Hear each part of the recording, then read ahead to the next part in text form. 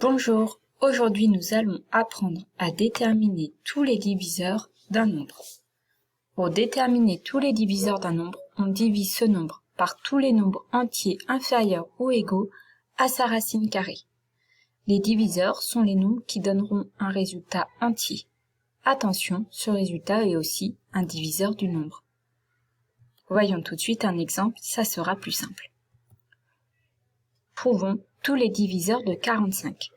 Première chose à faire, calculer la racine carrée de 45.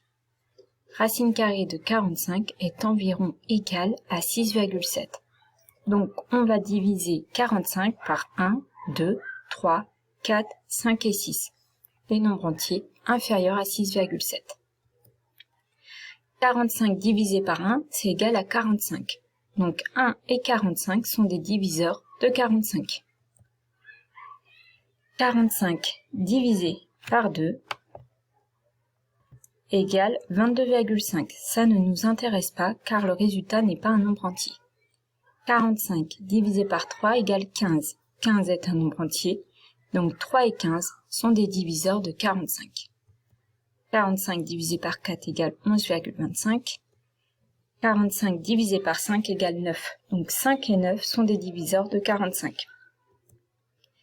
Et enfin, 45 divisé par 6 est égal à 7,5.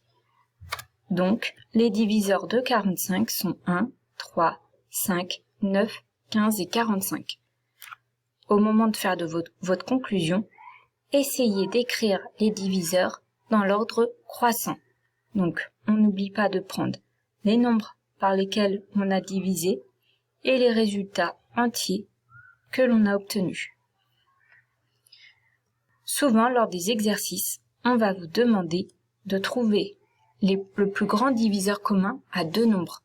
Pour trouver ce diviseur commun, il faut trouver tous les diviseurs de chacun des nombres et prendre le plus grand. Par exemple, dans l'activité que nous avions, il fallait trouver quel est le nombre maximum de tartelettes que l'on peut faire avec 110 fraises et 154 framboises, sachant que l'on veut des tartelettes identiques, utilisant tous les fruits. On va donc dans un premier temps trouver tous les diviseurs de 110. Donc, les diviseurs de 110 sont 1, 2, 5, 10, 11, 22, 55 et 110. Tous les diviseurs de 54 qui sont 1, 2, 7, 11, 14, 22, 77 et 154. On voit que le plus grand diviseur commun, c'est 22.